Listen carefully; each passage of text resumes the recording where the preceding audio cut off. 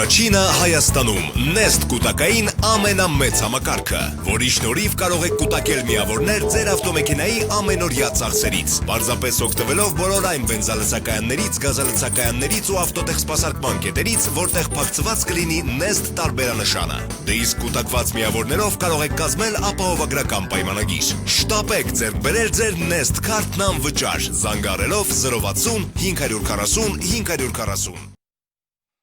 Բարև ձեզ բարեկամներ, ողջունում եմ մեր բոլոր ունկնդիրներին եւ ինչպես միշտ երկուշաբթի օրերին սովորաբար դուք նկատել եք, որ մենք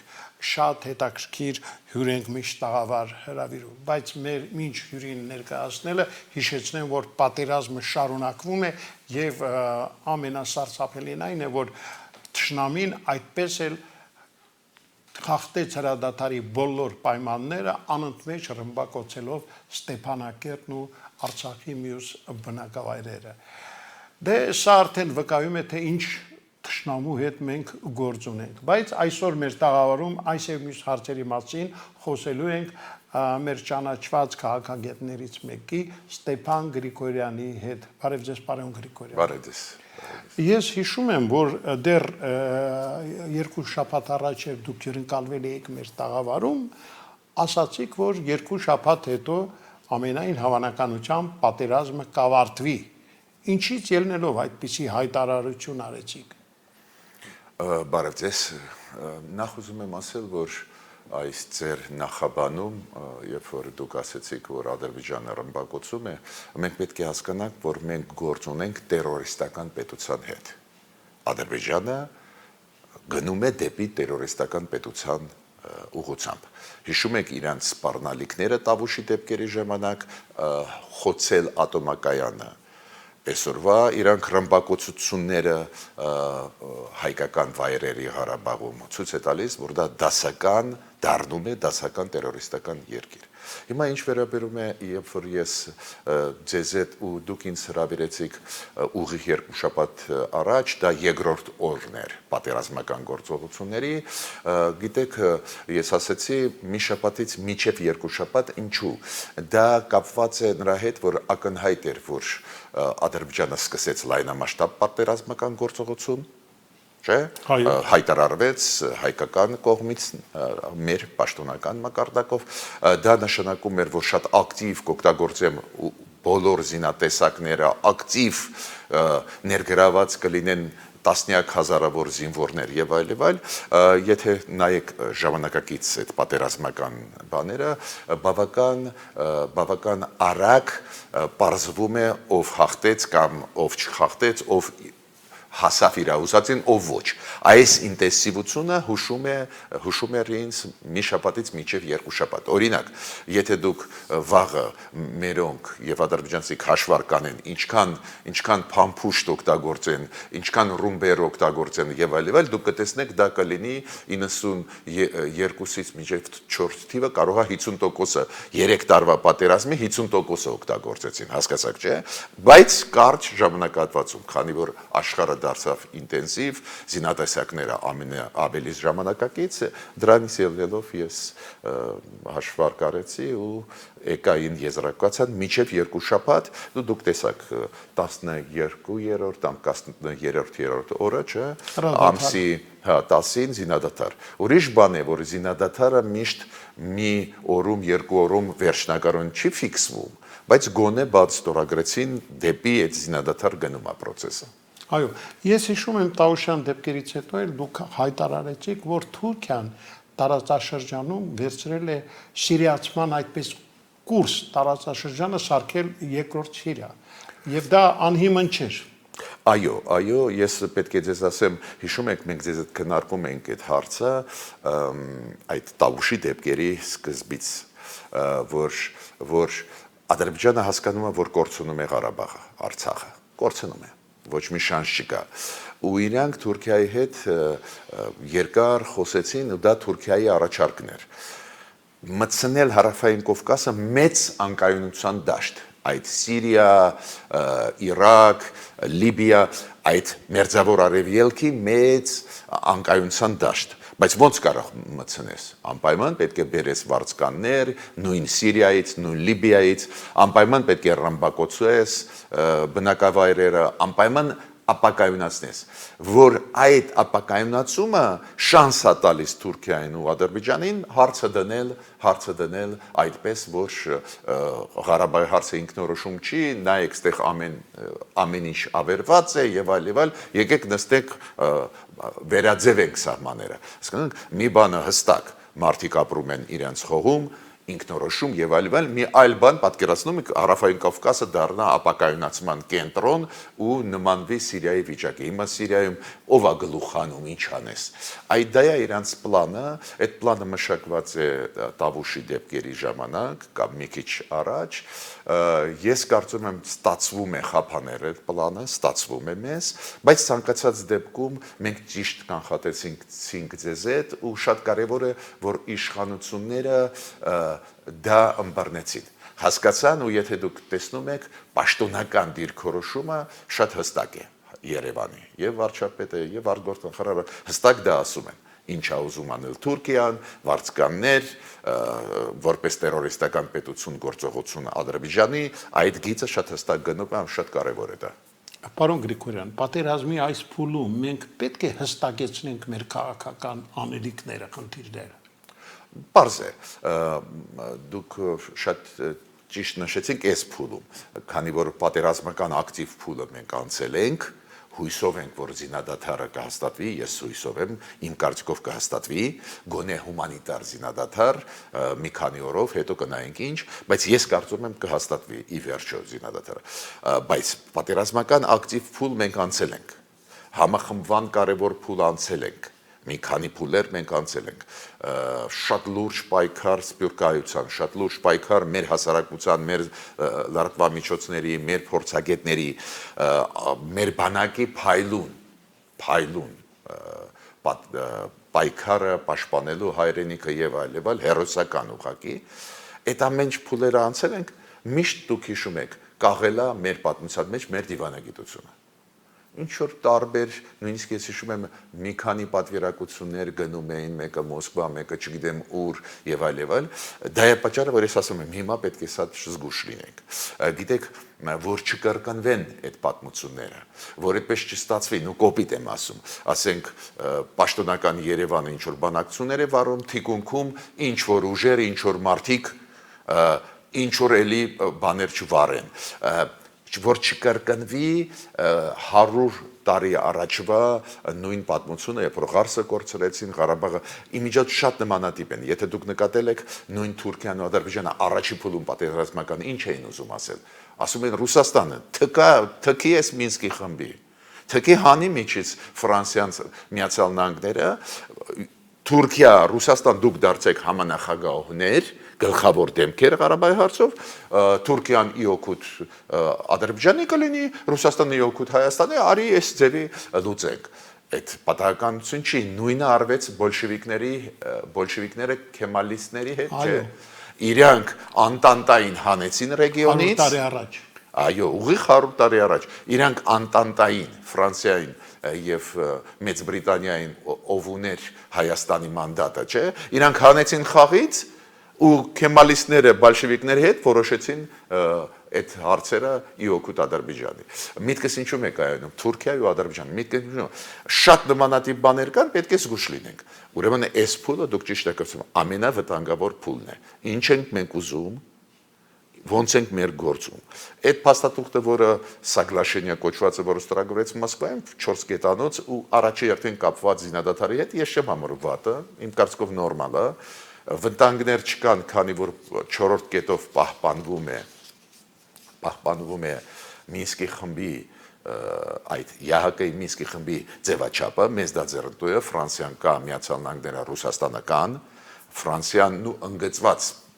մեզ աջակցում է, բայց Միացյալ Նահանգները Ռուսաստանի դիրքորոշումը այս փուլում ես չեմ համարում վատ, իրանք էլ փորձում են ինչ-որ լարվածությունը հանել, դեմ են այդ մեծ պատերազմական գործողությունների,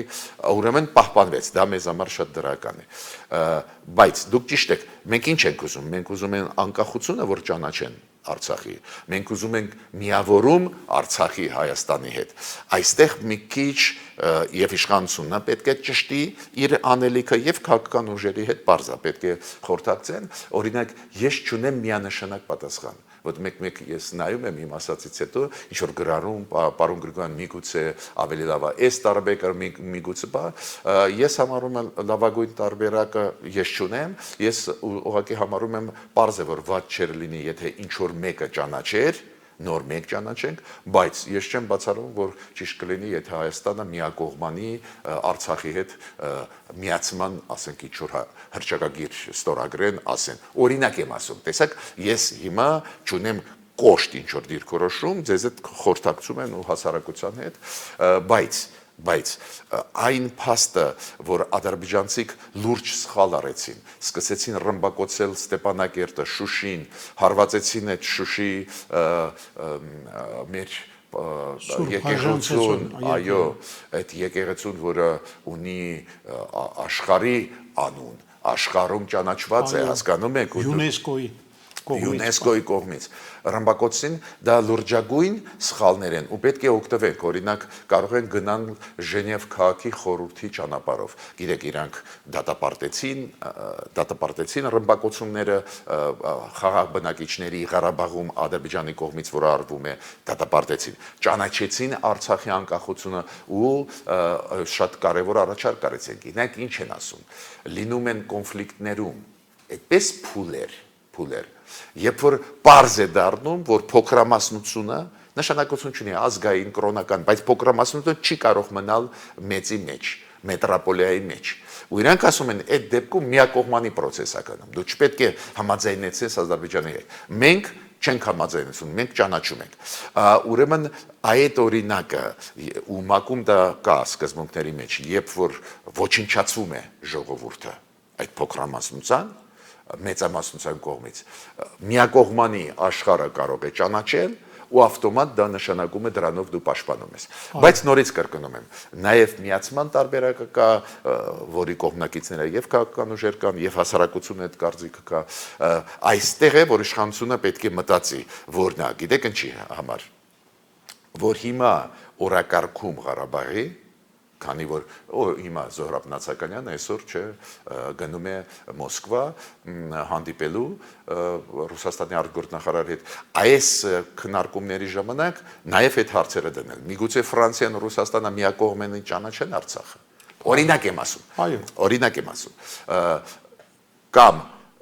միգուցե օրակարգի մեջ մտնենք Թուրքիային հանենք Մինսկի խմբից Թուրքիայի հիմա դերը շատ նվազեց շատ աշխարհը դեմ է հիմա Թուրքիային Սփյուռքայությունը լրջագույն աշխատանք կատարենք մենք ձեզ հետ լրջագույն աշխատանք կատարեցինք բերեցինք նրան որ Թուրքիան ծանր հիմա վիճակում է բոլորը քննադատում են այդ հայկական կոնտեքստով Ղարաբաղի կոնտեքստով բայց ֆորմալ իրանք կան Մինսկի խմբում երկրորդը փոխհատուցում այդ որ դուք ասեցիք քաղաքական օրակարգը որն է փոխհատուցումը ես չեմ համարում դա ֆինանսական հարց Իրանք ռմբակոծում են, ոչնչացնում են մեր քաղաքները։ Թող մի անգամ փոխհատուցում տամ։ Իդեպ ասեմ ձեզ, այդ process-ը մենք կարող ենք առանց համաձայնության Ադրբեջանի կամ Մինսկի խմբի սկսել։ Համապատասխան գիտեք, արբիտրաժային դատարաններ կան, Ստոկգոլմյան եւ այլ տնտեսական հարցերով տարբեր պետություններ դիմում են, Հայաստանը կարող է դիմի։ Միտքս ինչու՞մ է, այստեղ նյուանսներ շատ կան, բայց այդ օրակարգ պետք է մտցնենք։ Այդ ինչ է նշանակում։ Իրանք ռմբակոծում են ու գնում են ասում են լավ, մենք պատրաստ ենք խաղաղ բանակցություններ, չի հասկացա։ Լավ, տեսեք, պարոն Գրիգորյան,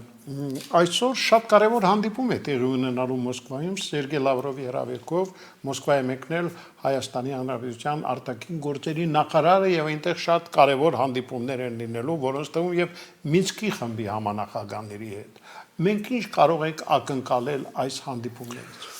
Դժվարանում եմ ասել, ավելի ճիշտ կլինի նաև հարցնել արտգործնախարարությունը, ինչի մասին է խոսքը կգնա։ Մյուս կողմից իրոք այդ պատերազմական գործողություն, անվտանգության հարցեր, գաղտնիքների հարցեր, ամեն ինչ բացել պետք էլ չի, համաձայն եմ, բայց ցանկացած դեպքում ես թվարկեցի մի երկու, կարող եմ շարունակել, օրինակ անպայման պետք է Մոսկվայում քննարկվի հարց, որ Ռուսաստանը ճանաչի Ղարաբաղ։ Կամ համաձայնվի այդ տարբերակի։ Օրինակ, կոպիտ եմ ասում, ինչ որ բան հետ տալիս ենք, բայց բուն Ղարաբաղը մի քանի շրջաններով կպցնում ես Հայաստանին, կոպիտ ասած միացնում ես, օրինակ եմ ասում, էլի ինչ որ տարբերակներ կարելի է քննարկել, բայց շատ բան է կախված ինչ նոր շփմանգից ֆիքսվեց, օրինակ մենք գիտենք, որ վատ չի գործը, այդ գիտենք, բայց հստակ չգիտենք, չէ, ինչ շփմանգից ֆիքսվեց, պարզա արտգործնախարարը գիտի, չէ, Ադրբեջանը գիտի, արտգործնախարարը մեր գիտի, Մոսկվան գիտի, դրանից էլ է կախված ինչ ես բանակցելու, բայց ես պետք է ասեմ, որ պարզա հաջողություն եմ ցանկանում մեր արտգործնախարարին, մինչդեռ չեմ ուզում թաքցնել, դուք գիտեք, ես դա բազմիցս ասել եմ, որ այս փուլում ավելի ճիշտ էր բանագնացների ինստիտուտը օգտագործել, հատուկ լիազորություններում դեսպանների, որ մեր կողմից լիներ մարդ, որը քաղաքականությունից հասկանում է, մեր կողմից լիներ մարդ, որը այդ փուլերը 90-ական թվի անցել է, ոնց էր, գիտեք, շատ նմանատիպ հիմա բաներ են, շատերը ասում են, այդ ոնց է զինադադարը հաստատեցին, նույն պահին չկանգնեցին, երբ որ 94 թվին զինադադարը հաստատեցին,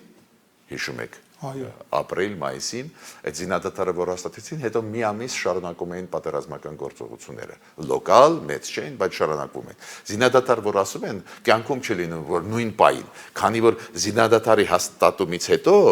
բոլորը փորձում են ինչ որ տեղեր պոկել, գիտեն այդ սահմանը, չէ, շփմանգիծը, ու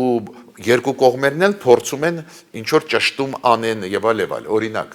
այդ գադրոթի հետ կապված սադրանքը Ադրբեջանի հենց սկսվեց զինադադարի հայտարարությունից հետո, չէ, երբ որ ասվեց զինադադարը 12-ից պետք է աշխատեր, հիշում եք, չէ, 12-ից, իրանք մոտավորապես 10-ին առավոտ սկսեցին ինչ որ գործողություն։ Նու բարեբախտաբար մերոնք արձագանքեցին, հիմա գնում է ինչ որ process իրանց մեկուսացման, բայց միտքս ինչու՞մ է, պատկերացնում ես հայտարարեցին զինադադար ու եկա դիվերսիոն խումբ ուղարկեցին։ Ինչու՞, քանի որ իրանց համար ինչ որ բան պետք էր, էլի, նույնիսկ սիմվոլիկ,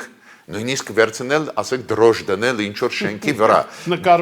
Նկարվելը պետք էր։ Ուրիշ բան է, դրանով էլ բան չէին ասնի, ասենք կպցնեին մի ժամով, մերոնք կհանեին, իրանց էլ ոչնչացնեին։ Բայց գիտեք, այդ շատ ուժեղ գործոններ են, օրինակ շատ լավ է, որ մեր հասարակությունը հետևում է պաշտոնական, մեր ԶԼՄ-ները մեծ մասը հետևում են պաշտոնական հաղորդագրություններին, ինչի համար։ Ես էլ ուզում եմ էլի մի բան իմանալ, բայց ես հասկանում եմ ճիշտ է հետևել պաշտոնականի, քանի որ դեզինֆորմացիան շատ ուժեղ է։ Մատաղիսը ադրբեջանցիների ձեռքում չի, բայց դուք գիտեք, նույնիսկ Հայաստանում շատերը մտածում են, թե իրոք նա։ Չէ, այ հիմա մտածում են հայերը, ասում են վայ վատա բանման, բայց մատաղիսը իրանցը չի։ Ուրիշ բան է, որ մատաղիսի դեպքում մերոնք շատ ճիշտ են անում։ Դուք գիտեք, փոսի մեջ է ու ֆորմալ չեն մտնում, որ զոհեր չտան, քանի որ մեր բադակը, մեր ղեկավարությունը ամեն մի զինվորի մասին մտածում է, քանի որ ի վերջո դա անդառնալի կորուստներ են, դա վիշտ է ընտանիքների մեջ մտնող։ Հասկանում եք, մենք ժողովրդավարություն կրող ազգ ենք։ Դա է պատճառը պայքարում է մեր բանակը այդպես, որ մինիմալ լինի այդ կորուստները։ Կորուստները դժբախտաբար անխուսափելի են, բայց մինիմալ լինի։ Ադրբեջանում այս դեպի բան չկա։ Դա է պատճառը, որ մենք խելոք են պահում։ Օրինակ Մատաղիսի դեպքում ես ուղղակի այդ նյուանսը գիտեմ։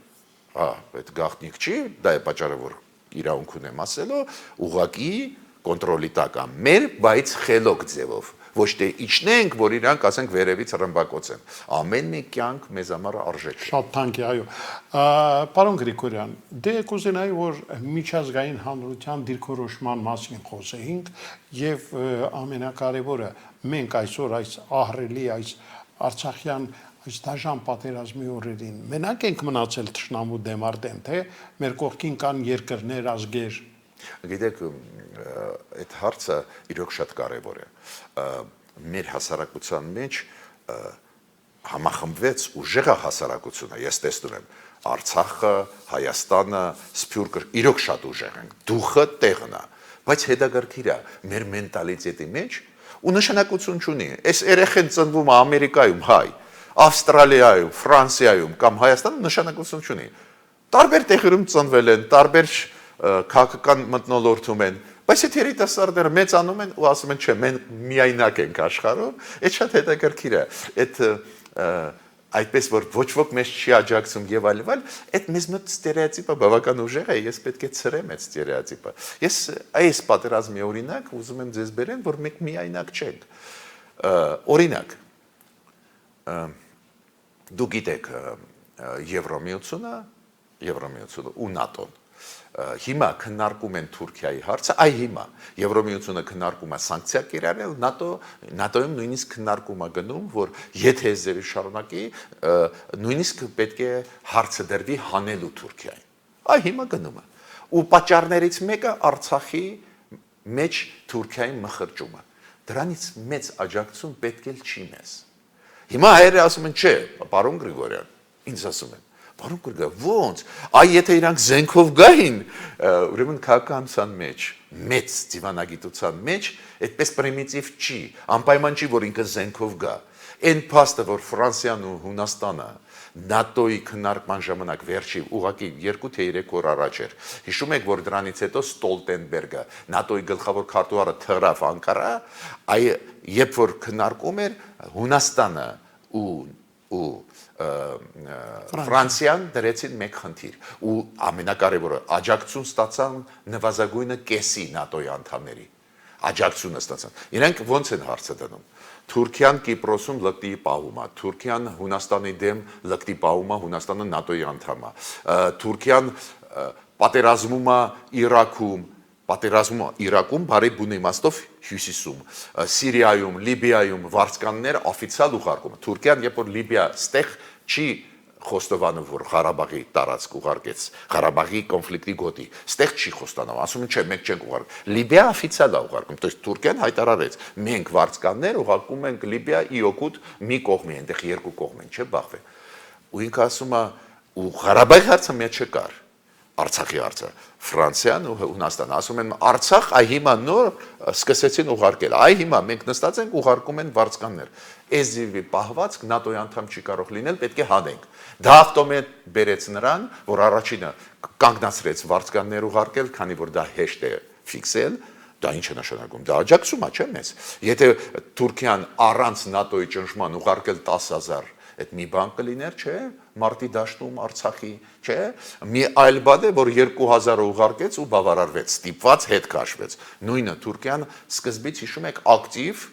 F-16-ով աջակցում էր Ադրբեջանին։ Հիմա չեն անում, քանի որ հարցը բարձրացվեց ու սկսեցին վերահսկել։ Այո, մենք ունենք ինֆորմացիա, այնուամենայնիվ ինչ որ զենք են ուղարկում, դա պետք է ստուգել, բայց միտքս ինչու՞մ է, որ մարդիկ հայերը հասկանան այդ ՆԱՏՕ-ի պահվածքը շատ լուրջ ազդեցություն ունեցավ։ Օրինակ,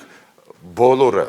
ես խոսում էի, ասում էին լուրջ մարդկանց մասին, ովքեր ռազմական գործողություններից հասկանում են, շատ մտահոգված էին Թուրքիայի Նախիջևանի ուղղությամբ, կանի թե ոչ։ Ես այն ժամանակ ասացի, ՆԱՏՕ-ի այդ նիստից հետո դա բացառվում է։ Ուղղակի եթե իրանք քայլ անեն,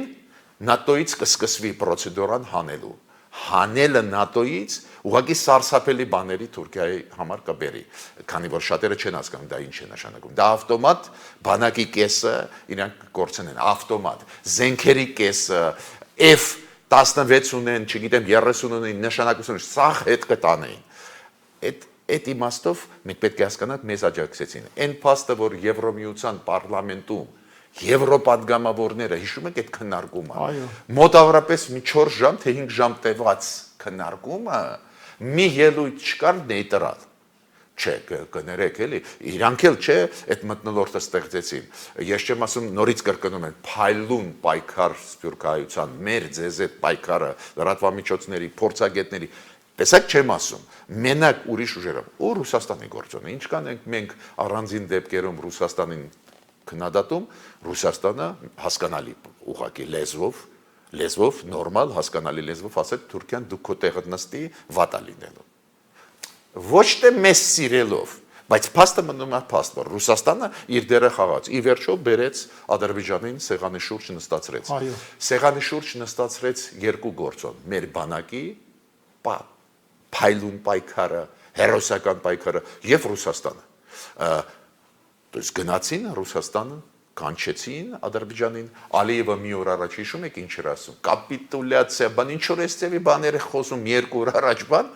տեսակ ոնց վազելով գնաց Մոսկվա։ Մենք է տենց էլ համաձայն ենք։ Դուք չեք կարող ասել մեզ ստիպեցին։ Մենք ուղիղ հակառակը, մենք ասում ենք չեք ուզում պատերազմել, ուզում ենք բանակցությունների միջոցով լուծել։ Ես ավարտում եմ այդ միտքը, որ մեր հասարակությունը իմանա, որ մենք շատ ունենք բարեկամներ։ Այդ ոնց է ֆրանկոֆոնիայի պետությունների 58 պետությունների քարտուղարությունը իօքուտ Արցախի արեց շատ կոշտ հայտարարություն։ Արաբական լիգայի պետությունները, դուք գիտեք 22 թե 23 պետություններ ասացին անթույլատրելի է ռմբակոծել Լեռնային Ղարաբաղը։ Արաբական աշխարհ, այդ մուսուլմանական աշխարհ չի, մի մասը մուսուլմանական աշխարհի։ Ուրեմն մենք միայնակ չեն, մենք Կիպրոսի կառավարությունը մեզ աջակցեց, Ուրուգվայի պարլամենտը, Չիլիի պարլամենտը։ Ես հիմա չեմ շարունակի, քանի որ բոլորդ գիտեք, չէ՞, այդ կոնգրեսմենները Ամերիկայի ամեն օր նոր կոնգրեսմեններ կամ սենատորներ միանում են իօքուտ մեզ։ Ուրեմն այդ մեծ աշխատանքը, որը տարեց Սփյուռքահայությունը, Հայաստանի հասարակությունը, Արցախի հասարակությունը, մեր բանակը, իշխանության ինստիտուտները, դա բերեց նրան, որ մենք միայնակ չենք, մենք շատ ու շատ բարեկամներ ունենք։ Ուրեմն այդ իմաստով մենք պետք է հանգիստ լինենք, էլի։ Այո, եւ ամենակարևորը, պարոն Գրիգորյան, իսկապես Սփյուռքը իրեն հերոսաբար դրսևորվեց։ Միասնական այն մեծ աջակցությունը, թե ֆինանսական, թե նյութական, սա իհարկե խոսում է այն մասին, երբ մեր ազգը հայտնվում է ծանր իրավիճակում, մենք միասնական ենք դառնում։ Տեսեք, միայն Հայաստան եւ Նադրամին մոտ 100 միլիոն դոլար է փոխանցվել Սփյուռքահայության կողմից եւ որքան սփյուռքահայեր երիտասարդ տղաներ այնտեղ միտինգների ժամանակ ասում են մենք պատրաստ ենք գնալ Ղարաբաղ եւ մարտնչել թշնամու դեմ։ Սա իհարկե նաեւ հոգու կանչ է։ Գիտեք, Սփյուռքը ցույց տվեց առաջի անգամ, միշտ Սփյուռքը ակտիվ էր։ Մենք գիտենք Չէ, Տավուշի դեպքերը հիշեք, 2016-ին պատերազմական գործողությունը, բայց հիմա Սփյուռքը ցույց տվեց, որ առաջինը միասնական է, միասնող գաղափար կա, պաշտպանել հայ ժողովրդի գոյությունը այս տարածաշրջանում, ոչ միայն Արցախի ստեղ գործումն, ընդհանուր առմամբ հայության, չէ, մեր տարածաշրջանում, միասնական է, քաղաքականապես շատ ուժեղ է, ռեսուրսների պես էլ շատ ուժեղ է, եթե դուք նկատել եք բոլոր տեղերում միտինգները շատ մեծ են, մարտաշատ են, նույնիսկ պարզվեց, որ Պորտուգալիայում քիչ չեն հայերը, հիմա Լոս Անջելեսում, Փարիզում, Մոսկվայում, չգիտեմ, Թիվլիսում, Ջավախքում, Ժենևում, մենք գիտենք, որ շատ են, Ստրասբուրգում եւ այլ, բայց նույնիսկ Պորտուգալիայում բավական մարտաշատ, բայց Սփյուռքը ցույց տվեց, որ շատ հասուն է եւ քաղաքական եւ դիվանագիտական փայլուն էր պայքարը ու պետք է շարունակել, բայց մեր դերը շատ մեծ է։ Հիշում եք, եւ Տավուշի դեպքերի ժամանակ եւ այդ մենք բացատրում ենք Սփյուռքահայության գլխավոր ուղղությունները, որով ես օրինակ շատ նամակներ ստացա, այդ մեր հաղորդումները նայելուց, իրանք իրոք զինվում էին Սփյուռքահայությունը առանձին դեպքերում, չգիտի ինչ է կատարվում, չէ, ռեգիոնում կամ Հայաստանում, ու մենք զինում էինք նաեւ առանձին գաղափարներով, բայց Սփյուռքահայությունը իրոք շատ ուժեղ է, ազդեցիկ է ու նոր որակի անցավ։ Այ օրինակ, նոր որակի պայքար, ոչ միայն քանակը, համախմբվածությունը, Սփյուռքահայության շատ ու շատ հայեր, ովքեր նեյտրալ էին, հա, մեր կողմ էին, բայց նեյտրալ, հիմա համախմբվեցին այդ հայտնի կազմակերպությունների շուրջ, բայց անցան նոր որակի, օրինակ, Լոս Անջելեսում, երբ որ հայերը փակեցին ճանապարհները ու CNN-ի գրասենյակի դիմաց անց էին կացնում մի քանի օր բողոքի ակցիաները ստիպեցին, որ CNN-ը, որը հզորագույն լրատվամիջոց է աշխարհով մեկ, ոչ միայն Միացյալ Նահանգներում, աշխարհով մեկ, ստիպեցին, որ իրանք տան օբյեկտիվ ինֆորմացիա։ Տեսեք, սկսեցին գտնել նոր մեթոդներ պայքարի։ Օրինակ, Թիֆլիսի հայերը արեցին միտինգ մեկ հերոստալիքի դիմաց, որը շատ պրոադրբեջանական է։ Ու իրանք ստիպված են ինչ-որ այլընտրանքային ինֆորմացիա տային։ Դա հզորագույն ուժ է տալիս Հայաստանին։ Ուրեմն մենք պետք է ողջևորենք սպիկայությանը, շնորհակալ հայտնենք, ու շնորհակալությունը սխալ է, իրանք էլ հայեր են, իրանք անում են այդ ընդհանուր գործը, բայց որ շատ գրակետ են աշխատում, շատ ճիշտ են աշխատում ու պետք է շարունակել, ոչ մի դեպքում չկանգնել, չխափնվել, որ զինադադարը, հասկանում եք, պետք է շարունակել այդ պայքարը։ Այո, եւ իհարկե չեմ կարող չնշել Արցախի նախագահի իսկապես հերոսական պահվածքը, ով հայտարարեց, որ եթե այս առաջիկա 2 օրերին Ադրբեջանը չընդունի հրադադարի պայմանները եւ շարունակի լկտի պահվածքը ռմբակոծելով Արցախն ու Արցախի բնակավայրերը, ապա իրենք դիմելու են միջազգային հանրությանը եւ Հայաստանի Հանրապետությանը, որ ճանաչվի Արցախի անկախությունը։ Սա իհարկե նույնպես շատ կարևոր է։ Դու գիտեք ինչքան կարևոր է, երբ որ քաղաքական իշխանությունը adekvat է։ Գիտեք, մենք կարող ենք ունենալ ու ունենք փայլուն բանակ։ Մենք կարող ենք ունենալ քաջ զինվորներ, հերոսական պայքարի գնացող սպաներ, բայց քաղաքական իշխանության քայլերը շատ կարևոր են։ Օրինակ, Նիկոլ Փաշինյանի եւ Արայիկ Արությունյանի։ Ես տեսնում եմ շատ adekvat արձագանքեր են։ Ես կարդում եմ իրանց ինտերվյուները, հետևում եմ ասուլիսի, մամուլի ասուլիսներին, ես տեսնում եմ շատ adekvat են իրանք, դա էլ շատ կարևոր է։ Այդպես չի լինում, էլի, մի ինստիտուտ աշխատում, մյուսը չէ։ Այ հենց ներդաշնակ աշխատելը մեր պետական ինստիտուտների ու առաջերտին վարչապետ Արցախի, Հայաստանի վարչապետ, Արցախի նախագահ, բանակ այդ գիծը որ հստակ էր, դա շատ կարևոր է եւ միասնությունը ներսում։ Գիտեք, միասնությունը ներսում շատ մեծ դեր է խաղացել։ Դուք հիշում եք մեծ այդ ստեղ 2 շաբաթ առաջ կոչ էինք անում միասնություն, մոռացակ ամեն ինչ։ Տեսակ, ես այս 2 շաբաթում ոչ մոքու անունը չեն տվել բացասական իմաստով։ Ես ասել եք այսօր էլ ունեմ։ Այո։ Ինչ որ մարդկանց նկատ, բայց տեսակ լրեցի, քանի որ հիմա դրա ժամը չի։ Բոլորս պետք է Արցախում լինենք, բոլորս պետք է լինենք Հայաստանում, բոլորս պետք է սփյուռքայության հետ լինենք։ Ցանկացած սխալ բառ, գիտեք, ապակորոշում է։ Ես որ ունեմ այզևի մեծ փորձ, երբ որ մատաղիսի այդ ինֆորմացիան տվեցի, վատացա տանը։ Վատացա բարի բունի իմաստով։ Հետո պարզվեց, որ դեզինֆորմացիա։ Ուրեմն ես իզուր վատացա։ Հասկացաք։ Դեզինֆորմացիա է դա։ Քանի որ պատերազմական գործողությունների ժամանակ բացի մարտի դաշտից երկրորդ ճամբար կա, պատերազմի դա ինֆորմացիոն դաշտն է։ Ինֆորմացիոն դաշտը կարող է իրոք մարդկանց կոտրել, նույնիսկ ամենաուժեղ մարդկանց։ Դա է պատճառը, որ պետք է պարտավոր ենք հետևել մենակ պաշտոնականի։ Նույնիսկ եթե ինչ-որ նյուանս այնտեղ խնդրեմ առաջացավ, ոչ, միայն պաշտոնականի, քանի որ այդ ճիշտ ճանապարհը քեզ կլուծի այն մյուս նույնիսկ թերություն եթե կա։ Այստեղ է, որ շատ լավ է գնացել ու գիտեք մի քանի խոսք ուզում եմ մեր զինվորների մասին ասել ու սպաների, ովքեր նահատակվեցին։ Ես ուզում եմ ասել, որ իրոք շատ ծանր է։ Ես օրինակ, երբ որ կարդում են ազգանունները, շատ հուզվում եմ։ Այնուամենայնիվ մի անուն ուզում եմ տալ, այն աղջիկը, ով առաջի օրերին այո, գնաց ճակատ։ Գնաց Հասմիկ Արզումանյան, չէ՞, պատկերացնում եք երիտասարդ կին, երիտասարդ, մեզ պաշտպանում է, հասկանում եք, այդ ինչ բանակ ունենք, Արծրուն Հովհաննիսյանը շատ լավ մի քանի անուններ իրավունք չունի ասել, բայց մի քանի կանանց աղջիկների մասին, ովքեր ճակատում են, նաև լուրջ գործ են անում, բայց կոնկրետ այս աղջիկը, Հասմիկը, դու գիտեք, նահատակվեց, զոհվեց ու ես ուզում եմ ծնողներին ասել, որ մենք մտածում ենք իրանց մասին, որ բոլորը իմանան, որ այդպես չի էլի, գնացին ու վերջ, հերոսներ են, ուրեմն բոլորին հարազատներին, ովքեր կորցրեցին,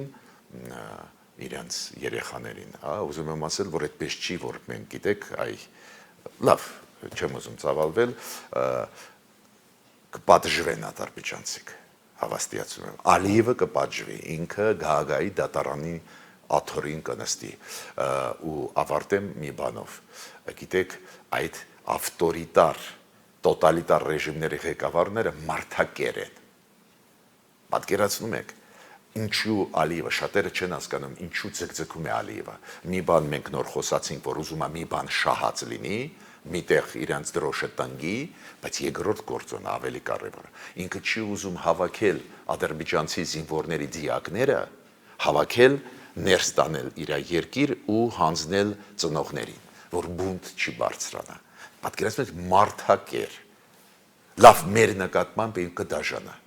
բայց քո երեխաների սեփական չէ, հիմա գիտեք ինչ սանիտարական ծանր վիճակ է այնտեղ, մերոնք ասում են տարեք հրա, տարեք ձեր դիակները, չի տանում մենակ մի պատճառով, գիտի որ զոհվածները իրանց կողմից շատ մեծ թիվ է, ասենք մեկը 4-ի, մեկը 5-ի, մեկը 6-ի նախտ կա, համեմատ Հայաստանի 6 անգամ, 4 անգամ, 5 անգամ, միգուցե 10 անգամ, բայց չի հավաքում դիակները, պատկերացնում եք, չի հանձնում հողի այն զինվորին, որը իր պատճառով եկավ նահատակվեց ու եկավ դեպի Արցախ ու իր մահը տեսավ, հա, չի տանում, գիտեք այս տոտալիտար ռեժիմները, ավտորիտար ռեժիմների վերջը պետք է տրվի աշխարհում, հասկանում եք, որ այս ձևի ավանտյուրիստների, հանցագործների պատճառով չզոհվեն մեր երեխաները։ Այո։ Հայտնի խոսքերը մեծ բանաստեղծի լիներ խաղաղ մի անկյուն, հաշտ ու խաղաղ մարդկություն։ Շնորհակալություն, պարոն Գրիգորյան, որ եկաք։ Ես կարծում եմ մենք մեր նախանշած գրաֆիկով աշխատելու ենք եւ ամենակարևորը հուսանք որ իսկապես շատ շուտով մենք կվայելենք հաղթանակի պտուղները։ Ու ես կասեի այդպես, խաղաղություն հաստատենք։ Հաղթանակ պարզ է։ Ես կարծում եմ լավ կլինի շատ, բայց շատ ուժեղ է մեր հասարակությունը նրանով, որ ուզում է խաղաղություն, որ աշխարհը իմանա, այո, երբ որ մեր դեմ զենքով ես գալիս, դիակի տեսքով քեզ հետ են տանում, բայց եթե խաղաղությունով գաս, գաղափարներով գաս, համագործակցության ինչ-որ իդեաներով մեր ժողովուրդը պատրաստ է։ Դրանով ավարտենք։ Մենք հաղթած դուրս կգանք, բայց մենք խաղաղ ժողովուրդ ենք, դա շատ կարևոր է։ Խաղաղություն սիրող ժողովուրդ ենք։ Շնորհակալություն, սիրելի բարեկամներ, այսօր Բաց TV-ի տաղավարում նորից հյուրընկալել էինք քաղաքագետ Ստեփան Գրիգորյանին։ Մնանք լավատես եւ հուսանք որ իսկապես խաղաղությունը շատ մոտ է։ Այսօր այսքանը, ցտեսություն։